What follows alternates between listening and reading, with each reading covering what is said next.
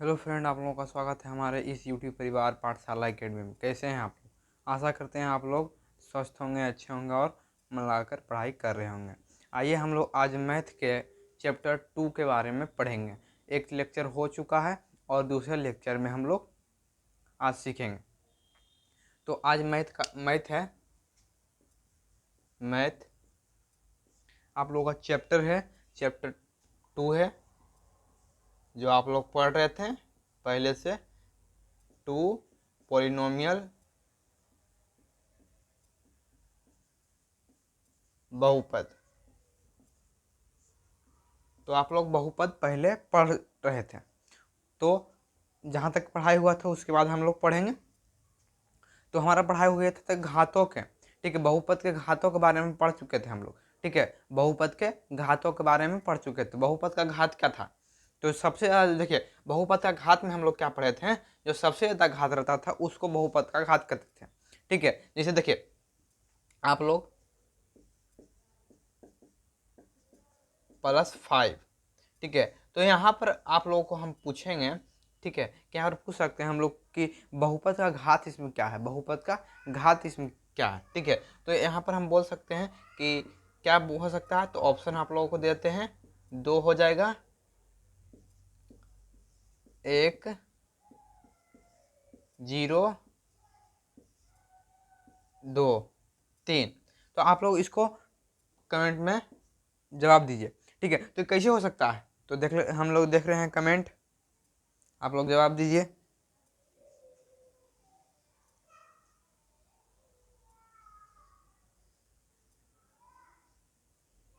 ठीक है, तो इसका जवाब क्या हो जाएगा? 2। एक नंबर सही है, ए नंबर सही है आप लोग का, ठीक है। तो इस प्रकार से आप लोग देना है। अब देखिए हम इसको बहुपद का घात हम कैसे देखें इसमें, ठीक है। तो सबसे ज़्यादा जो घात रहेगा, जो सबसे ज़्यादा मूड़ी पर रहेगा, उसको क्या कहते हैं? सबसे ज़्यादा जो जिस पर रहेगा उसको क्या कहते हैं? यहाँ पर सबसे ज़्यादा बड़ा कौन है? 2। घात में सबसे बड़ा क्या है? 2। तो यहाँ क्या हो गया? ये 2 हो गया, आपका बहुपद का घात हो गया, ठीक है। तो इस प्रकार से बनाना है।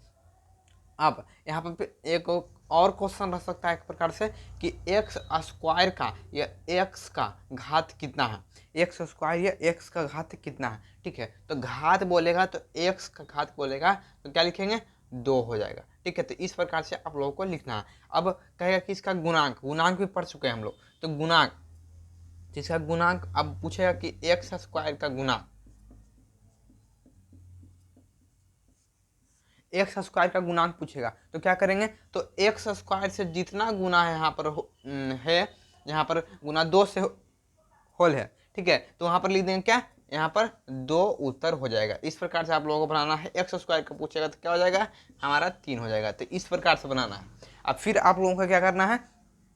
अब चलेंगे हम लोग कि कितने प्रकार के बहुपद हो सकते हैं, कितने प्रकार से बहुपद हो सकते हैं, ठीक है। कितने प्रकार के हम लोग को बहुपद हो सकता है। तो हम लोग देखेंगे कि बहुपद कितने प्रकार के हो सकते हैं। तो देखिए बहुपद कितने प्रकार के हो सकते हैं। तो बहुपद 3 प्रकार के होते हैं, ठीक है। तो बहुपद के बारे में पढ़ रहे थे। बहुपद 3 प्रकार के होते हैं, 3 प्रकार के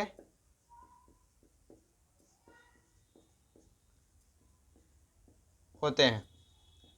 बहुपद 3 प्रकार के होते हैं। कौन कौन होता है? क्या उसका नाम होना चाहिए? कुछ कुछ तो नाम होगा उसका, ठीक है। तो इसका नाम क्या होता है? इसका नाम है एक रैखिक बहुपद, ठीक है। पहला क्या है? रैखिक बहुपद, रैखिक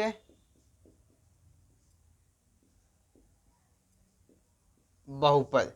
दूसरा आप लोगों का क्या है? द्विघात बहुपद, जो अगला चैप्टर में आप लोगों को दिया हुआ है, ठीक है। तीसरा में क्या है? त्रिघात बहुपद।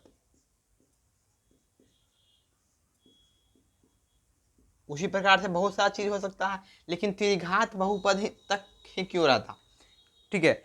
क्योंकि हम जब 4 घात वाला बहुपद आ गया, ठीक है, तो हम उसको लिख सकते हैं एक्स पावर 4 दिया हुआ, तो 4 घात वाला बहुपद हो गया, ठीक है। तो हम इसको लिख सकते हैं एक्स स्क्वायर का स्क्वायर। तो ये देखो, देखिए द्विघात में आ गया। तो इसी प्रकार से हम लोगों को 3 तक ही पढ़ना रहता है। आगे समझ में? तो इसी प्रकार से आप लोगों को 3 तक ही पढ़ना रहता है। अब रैखिक बहुपद क्या होता है? रैखिक बहुपद आप लोगों का क्या है, रैखिक बहुपद क्या है? तो रैखिक बहुपद में हम लोग क्या पढ़ेंगे, रैखिक बहुपद, ठीक है, रैखिक बहुपद इसका, तो जिसके घात पर एक लिखा हुआ रहे, ठीक है, जिसके घात पर एक लिखा हुआ रहे, ठीक है, कोई भी जो गुणनखंड दिया हुआ है उसके घात पर क्या रहे, अचर के घात पर एक दिया हुआ है। इससे देखिए x प्लस एक, तो ये हमारा क्या है, ये हमारा रैखिक बहुपद है, क्योंकि इसके घात पर एक दिया हुआ है, जीरो नहीं है, जीरो लिखा हुआ नहीं है, मतलब क्या है, एक है, ठीक है। जीरो रहता, मान लीजिए जीरो रहता तो क्या हो जाता है, इसका तो कमाने खत्म हो जाएगा, तो ये हो जाएगा एक प्लस एक, यहाँ दो हो जाएगा, तो ये नहीं हो सकता है, ये नहीं हो सकता, तो क्या हो गया हमारा, ये हो गया क्या, रैखिक बहुपद हो गया, ठीक है। इसी प्रकार से आप लोगों को और भी देख सकते हैं, देखिए 2x+3 है, 2x+3 है, तो ये क्या है, बहुपद, रैखिक बहुपद है, इसका क्या है, रैखिक बहुपद है, ये रैखिक बहुपद, ये आपका रैखिक बहुपद है, ठीक है। उसके उसी प्रकार से आप लोगों को और भी क्वेश्चन देख सकते हैं कि √3x+5, तो ये क्या है आपका, तो ये भी रैखिक बहुपद है। तो इसी प्रकार से आप लोगों को जैसे मिश्र लिख देना है, तो बहुपद, रैखिक बहुपद क्या है, जिसके घात पर वे बहुपद, ठीक है, वे बहुपद जिसके घात पर एक लिखा हुआ है, जिसके घात पर एक लिखा हुआ है उसको क्या कहते हैं, रैखिक बहुपद कहते हैं, बहुपद कहते हैं। उसके बाद द्विघात बहुपद, देखिए यहाँ पर नाम लिखा हुआ है द्विघात, यहाँ लिख के आप लोगों को समझाते हैं,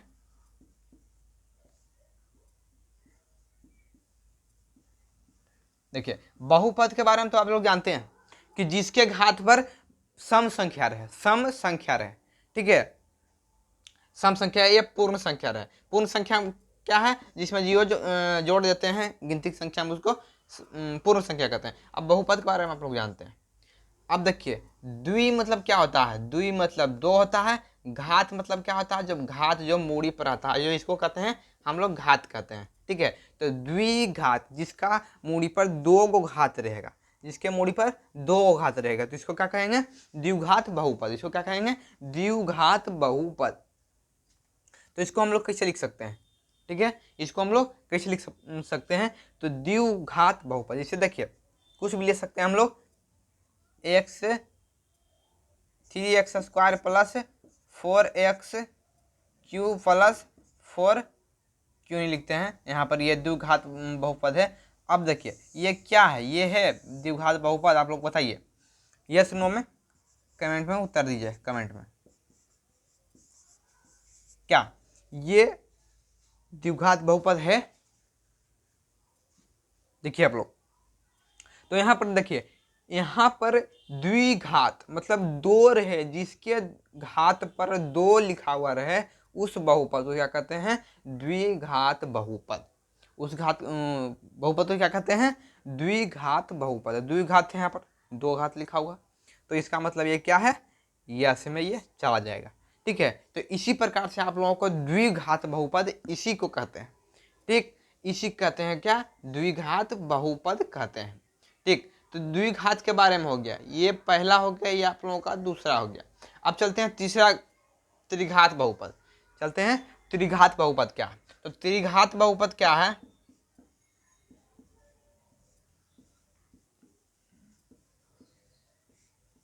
त्रिघात बहुपद, अब देखिए यहाँ पर जैसे हम किए थे, द्वि मतलब दो होता था, द्वि मतलब दो होता था, इसी प्रकार से और यहाँ पर हो जाएगा त्रि, त्रि मतलब तीन, त्रि मतलब तीन, तो तीन लिख देंगे यहाँ पर।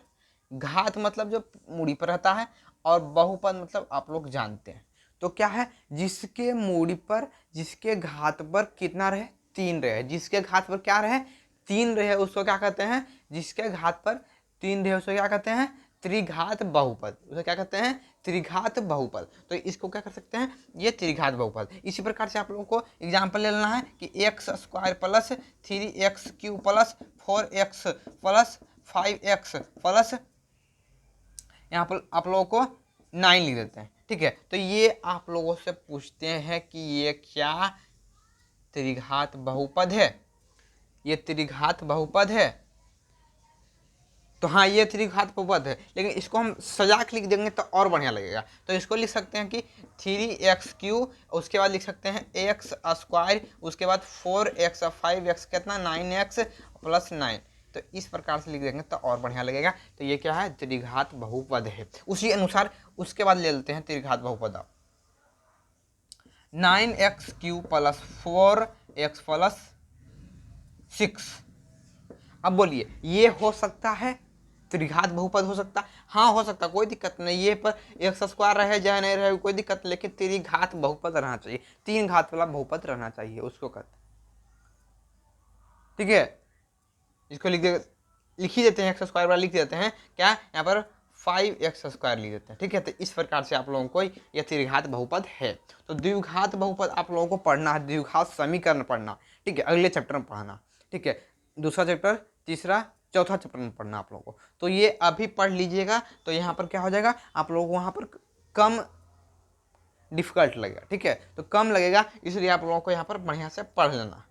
ठीक है, तो द्विघात बहुपद के बारे में पढ़ लिया और त्रिघात बहुपद के बारे में हम लोग पढ़ लिए। ठीक है, तो ये कितने प्रकार के होते हैं बहुपद? 3 प्रकार के होते हैं बहुपद। उसके बाद अब इसके बारे में पढ़ेंगे क्या, इसके क्वेश्चन को कुछ देखेंगे हम लोग।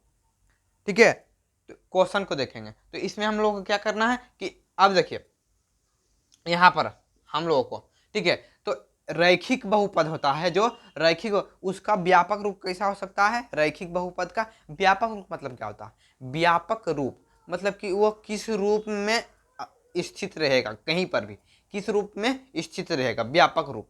ठीक है, तो उसका व्यापक रूप जिसे आप लोग हम लिख देते हैं, हम यहाँ पर क्या, यहाँ पर लिख देते हैं कि जो रैखिक बहुपद है, रैखिक बहुपद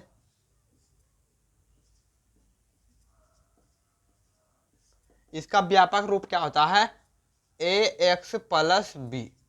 तो ये आपका ये रैखिक बहुपद का व्यापक रूप है। ठीक है, यहाँ पर देख सकते हैं कि जहां पर a भी रहे, जहां पर आप लोगों का a भी रहेगा वहां पर कोई भी संख्या रह सकता है, लेकिन जहां x है वहां x रहेगा, चाहे a रह सकता है, b रह सकता है, कुछ भी रह सकता है, लेकिन यहाँ पर अंक रहेगा। इसका मतलब क्या है कि यहाँ पर जो हम लिख सकते हैं कि a और कॉमा b ये क्या रहेगा, अचर रहेगा, आप लोग पढ़ चुके हैं। और x जो रहेगा ये रहेगा चर आप लोगों का रहेगा। ठीक है, तो यहाँ पर क्या रहेगा, आप लोगों का a और b रहेगा अचर और x रहेगा चर। तो ये ध्यान रखना है। उसके बाद ये पहला हो गया आप लोगों का। दूसरा का व्यापक रूप मतलब द्विघात बहुपद का व्यापक रूप हो जाएगा क्या? तो द्विघात बहुपद का व्यापक रूप क्या होता? व्यापक रूप लिख रहे हैं, व्यापक रूप। जैसे देखिए कोई भी लड़की रहती है तो उसका क्या करता है, क्रीम कितना पाउडर लगा के, काली भी रहे तो क्रीम पाउडर लगा के बढ़िया दिखने लगती है, लेकिन उसका मूल जो चेहरा है वो व्यापक रूप कहलाता है। ठीक है, उसी को क्या कहते हैं, व्यापक रूप। जो वास्तविक में है उसका, तो चेहरा उसका जो है वास्तविक में है उसको कहते हैं व्यापक रूप। तो व्यापक रूप इसका लिख रहे हैं द्विघात बहुपद का। तो इसमें क्या होता, तो ax², ठीक है, ax² प्लस bx प्लस सी, ax² प्लस bx प्लस सी। तो इसी प्रकार से हम लोग यहाँ पर भी लिख सकते हैं कि a b c या क्या हो जाएगा, आपका अचर हो जाएगा। ठीक है, और x² x मतलब x ही हो गया, तो यहाँ पर x क्या हो गया, यहाँ हो गया चर। तो इस प्रकार से आप लोगों को देखना है। ठीक है, इस प्रकार से आप लोगों को देख सकते हैं।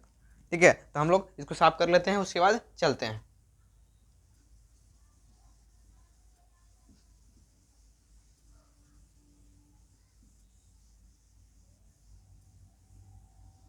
ठीक है, आइए हम लोग अब चलते हैं कि द्विघात का व्यापक रूप इस प्रकार का होता है। तो इस प्रकार से रहेगा आप लोगों का द्विघात बहुपद। देखिए ना, उसी प्रकार से हम लिख लेते हैं 3x² प्लस 5x प्लस 6। ठीक है, तो इस प्रकार से देखिए, इसी बैठा के हम लोग देखेंगे ax² plus bx plus c। देखिए यहाँ पर मिल रहा है सब कुछ, 2 मिल रहा है, एक घात पर 2 रहेगा। यहाँ पर देखिए a का मान यहाँ पर दिया हुआ, b का मान 5 दिया हुआ है, c का मान 6 दिया हुआ। तो यहाँ पर a का मान दिया हुआ 3, b का मान दिया हुआ 5, यहाँ पर c का मान दिया हुआ 6। इस प्रकार से रहेगा। ठीक है, तो ये देख लिए। फिर त्रिघात बहुपद में चलते हैं। अब त्रिघात बहुपद, तो जिसके घात पर तीन घात पर तीन लिखा हुआ रहता है, ठीक है, तो इसका व्यापक रूप क्या होता है? तो A X cube B X square और सी एक्स प्लस डी तो ये आप लोगों का किसका व्यापक रूप हो गया? ये आप लोगों का त्रिघात बहुपद का व्यापक रूप हो गया। तो आप लोगों को यह याद रखना है, ये आप लोगों को याद रहेगा तो आप चुन सकते हैं कि ये त्रिघात बहुपद है, द्विघात बहुपद है या रैखिक बहुपद है, ठीक है। ऐसे आप लोग चुन सकते हैं इस प्रकार से। तो आप लोग इसको नोट कर लीजिए, रैखिक बहुपद क्या है, द्विघात बहुपद क्या है और त्रिघात बहुपद क्या है, ठीक है। चलिए कुछ क्वेश्चन पर भी चलते हैं हम लोग, लेकिन आप लोग पहले इसको नोट कर लीजिए। आप लोग स्क्रीनशॉट ले सकते हैं, हम हट गए हैं।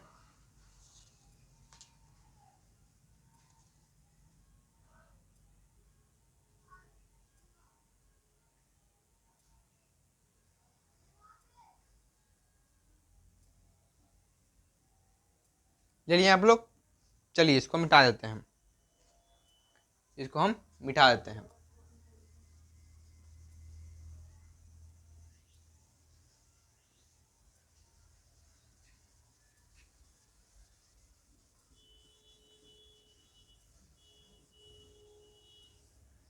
ठीक, अब चलिए क्वेश्चन पर चलते हैं।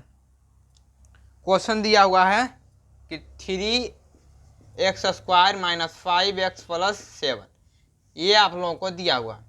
तो कहता है कि शून्यकों का योगफल, ठीक है, शून्यकों का योग। तो आप लोग को ये दो सूत्र भी याद रखना है, आप लोगों को ये दो सूत्र याद रखना है।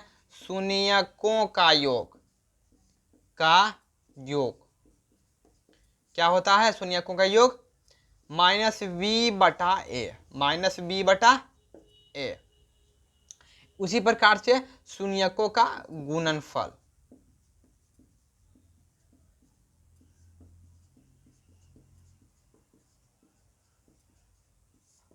c/a। तो ए बी और सी ए क्या है? तो इसके रूप का हो सकता है, द्विघात त्रिघात कुछ भी रह सकता है, प्लस वी एक्स प्लस सी। तो ये बी आपका हो, ये क्या है, यहाँ पर लिखा जाएगा, ए यहाँ पर लिखा जाएगा। तो उसी प्रकार से तो इसको हम लोग क्या करना है, इसको हम लोगों को निकालना है इसका शून्यकों का। तो यहाँ पर लिख सकते हैं के क्वेश्चन शून्यकों का योग ज्ञात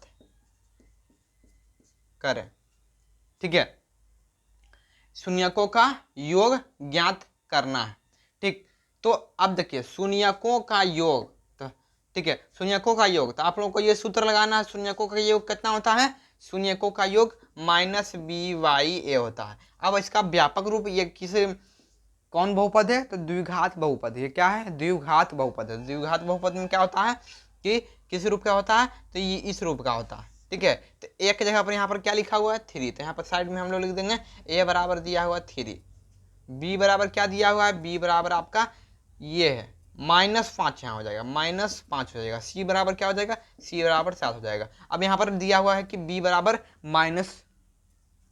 -5 दिया हुआ, तो b बराबर ये माइनस तो सूत्र में ही है, तो माइनस लिखेंगे और b का मान लिखेंगे, तो -5, a का मान 3, तो 5/3 आप लोगों का ये उत्तर हो जाएगा। तो इस प्रकार से आप लोगों को सभी क्वेश्चन बनाना है, ठीक है। उसी अब अगला क्वेश्चन पर चल देते हैं। अगला क्वेश्चन क्या है? ठीक है, अगला क्वेश्चन क्या है? अब इसी को आप लोग इसी को फिर से बनाइए। क्या इसका आप लोगों को अब निकालना, दूसरा क्वेश्चन क्या निकालना है? शून्यकों का गुणनफल। तो आप लोग तुरंत बना के कमेंट में लिखिए,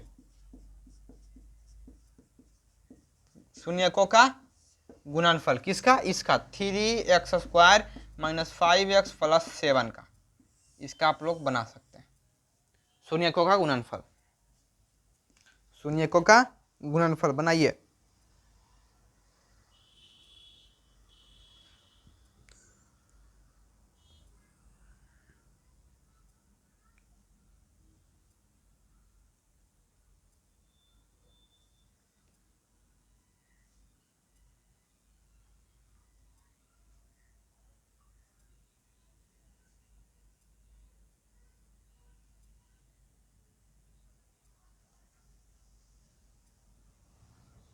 हो गया। ठीक है, तो इसका क्या हो जाएगा, गुणनफल में क्या हो जाएगा आप लोगों का, ये देख लीजिए गुणनफल का सूत्र क्या होता है, आप लोग बहुत लेट करते हैं बनाने में। सी वाई है, सी कितना दिया हुआ है 7 दिया हुआ, 7/3। ठीक है, यहाँ पर कुछ माइनस आर नहीं है। ठीक है, तो 7/3 आप लोगों का ये उत्तर हो जाएगा। ठीक है, इसी प्रकार से आप लोगों को और क्वेश्चन बनाना है।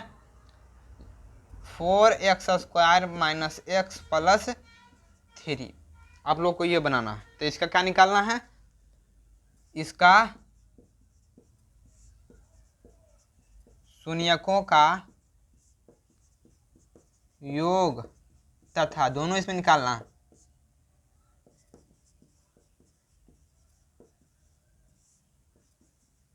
ज्ञात करें, आप लोगों को इसमें दोनों ज्ञात करना है, शून्यकों का योगफल और शून्यकों का गुणनफल भी दोनों ज्ञात करना है आप लोगों को। तो कैसे होगा, कैसे होगा, तो यहाँ पर देखिए, यहाँ पर उसी प्रकार से क्या है, द्विघात समीकरण, ये है द्विघात समीकरण। तो इसका पहले ए भी लिख देना है।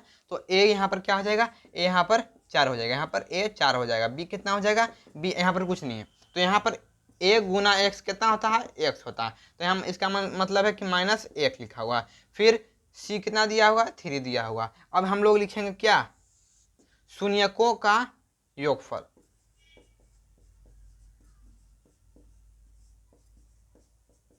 योगफल कितना होता है, -b/a। देखिए b का मान धरेंगे माइनस, यहाँ पर क्या हो जाएगा, चलिए हम लोग इधर लिख देते हैं। ठीक है, अब हम लोग इधर लिख देते हैं, यहाँ पर आप लोग को लिख देते हैं। ठीक है, तो -b हो जाएगा, यहाँ पर देखिए -b/a होता है सूत्र। तो क्या लिख देंगे, -b, तो यहाँ -1 है, तो यहाँ पर हो जाएगा -1 बटा एक कितना दिया हुआ है, 4 दिया हुआ, एक कितना दिया हुआ है, 4 दिया हुआ। तो 1/4 आप लोगों का सही उत्तर हो जाएगा। तो ये क्या निकल गया हमारा, तो ये हमारा शून्यकों का योगफल निकला। अभी शून्यकों का योगफल निकला है। उसके बाद हम लोग को क्या निकालना था, गुणनफल भी निकालना था। गुणनफल का सूत्र लगाएंगे, गुणनफल, गुणनफल क्या होता है, तो यहाँ पर हो जाएगा c/a, c/a। तो यहाँ पर c कितना दिया हुआ है, 3 दिया हुआ, a 4, 3/4 आप लोगों का ये उत्तर हो जाएगा। तो इस प्रकार से आप लोगों को बनाना है सब क्वेश्चन। ठीक है, हम लोग इसको साफ कर देते हैं, फिर अगले क्वेश्चन पर चलते हैं। तो यहाँ पर आप लोगों को सभी क्वेश्चन आप लोगों को बताया जा रहा है और बढ़िया तरीके से आप लोग पढ़िए। ठीक है, यहाँ पर सभी एनसीईआरटी के क्वेश्चन को डिस्कस किया जाता है और आप लोग किसी भी बुक से बनाकर देख सकते हैं, सभी बुक का बनेगा। ठीक, अब देखिए दिया हुआ है, कुछ भी दिया रह सकता है, 3x², यहाँ पर 3x²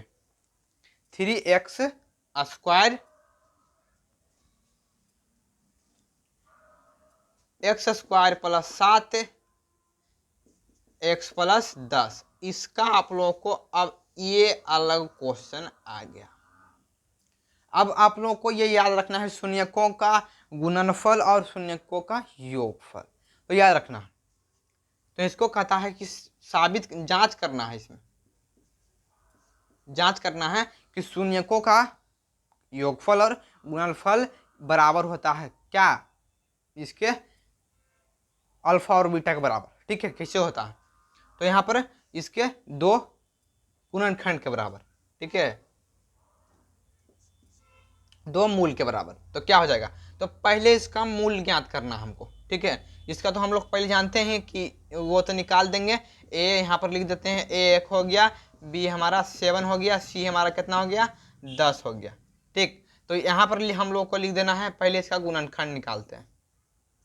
तो पहला पद में तीसरा पद करते हैं, तो यहाँ गुना कर लीजिए, 10, यहाँ पर 10x² हो जाएगा। यहाँ पर इसको 2 भाग में तोड़ लीजिए, तो 5 × 2 10 हो गया, 5 to 7 हो गया। तो यहाँ पर लिख सकते हैं x² + 5x + 2x + 10। अब देखिए ये दोनों में कॉमन क्या मिल रहा है, x, तो x कॉमन ले लेते हैं, x + 5, अब 2 दोनों में 2 लेते हैं कॉमन, 2x + 5, तो यहाँ हो गया। अब दोनों में क्या कॉमन मिल रहा है, इसमें सब में क्या कॉमन मिल रहा है, तो x + 5 x + 5, x + 5 x + 2, तो यहाँ पर शून्यक निकाल लेना, बराबर 0 लिख देते हैं। तो x + 5 बराबर 0, तो x बराबर -5 और x + 2 बराबर 0, तो x बराबर -2। तो देखिए, तो ये दोनों को एगो का नाम धर देते हैं अल्फा, एगो के बीटा। जो दो को निकलता है मूल हमारा, उसको क्या कहते हैं, अल्फा और बीटा।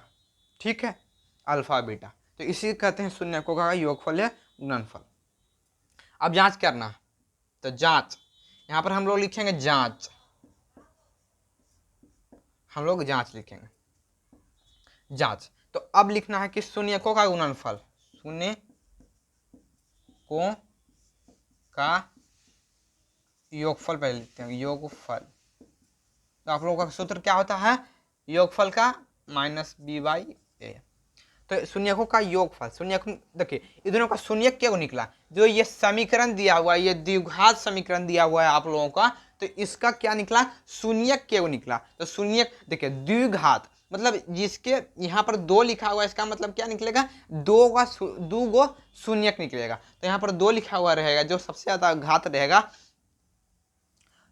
ठीक है, 2 लिखा हुआ रहेगा तो 2 को शून्यक निकलेगा, 3 रहेगा तो 3 शून्यक निकलेगा, 1 रहेगा तो 1 शून्यक निकलेगा। ठीक है, तो इस पर निर्भर करता है। अब शून्यकों का योगफल, तो इसमें क्या वो शून्यक निकला, 2 को निकला, तो अल्फा इंटू बीटा बराबर -b/a लिख सकते हैं, कोई दिक्कत ये नहीं है, दिक्कत हो गया। अब अल्फा कितना दिया हुआ, -5 गुने -2 दिया हुआ। अब b हमारा कितना दिया हुआ था, 7, b हमारा दिया हुआ था 7 और a कितना दिया हुआ है, 1। ठीक है, b हमारा दिया हुआ है 7। ये देखिए योगफल नहीं है, योगफल है यहाँ पर, योगफल तो प्लस हो गया, योगफल दिया हुआ है तो प्लस हो गया यहाँ पर। ठीक है, प्लस हो गया वहां पर। देखिए तो यहाँ पर आ गया क्या, आप लोगों को यहाँ पर देखिए, यहाँ पर -5 है, यहाँ पर कोष्ट में हम लोग लिख देते हैं, तो -5 और प्लस -2, तो यहाँ पर हो गया, यहाँ पर क्या हो गया, -7। देखिए तो मेरा ये सही निकला, ये मेरा सही निकला। देखिए यहाँ पर माइनस माइनस हो जाता है प्लस, तो -7 हो गया, यहाँ पर -7 और -7, मेरा मतलब ये शून्यकों का योगफल सही हो गया। उसके बाद ये जांच हम लोग कर रहे हैं, तो ये योगफल हम लोग निकाले हैं। फिर क्या निकालेंगे, अब हम लोग निकालेंगे अब क्या, तो शून्यकों का गुणनफल निकालेंगे। तो शून्यकों का गुणनफल क्या होता है, अब शून्यकों का गुणनफल, तो यहाँ पर निकाल देते हैं शून्यकों का गुणनफल, का गुणनफल क्या होता है आप लोग का, शून्यकों का गुणनफल क्या होता है, c/a। तो अल्फा इंटू बीटा बराबर c/a ये होगा। तो यहाँ पर अल्फा कितना दिया हुआ है, अल्फा ये है -5 हो गया, इंटू -2 बराबर सी कितना दिया हुआ है, 10, ए कितना दिया हुआ है, 1। अब माइनस गुने माइनस कितना होता है, प्लस होता है, क्या होता है, माइनस इंटू माइनस प्लस होता है। तो लिख लीजिए यहाँ पर, आप लोग को लिख लीजिए, आप लोग माइनस इंटू माइनस क्या होता है, प्लस होता है, प्लस इंटू प्लस क्या होता है, प्लस होता है, माइनस इंटू प्लस क्या होता है, माइनस होता है, और प्लस इंटू माइनस क्या होता है, माइनस होता है। तो इस प्रकार से लिखना है आप लोग को।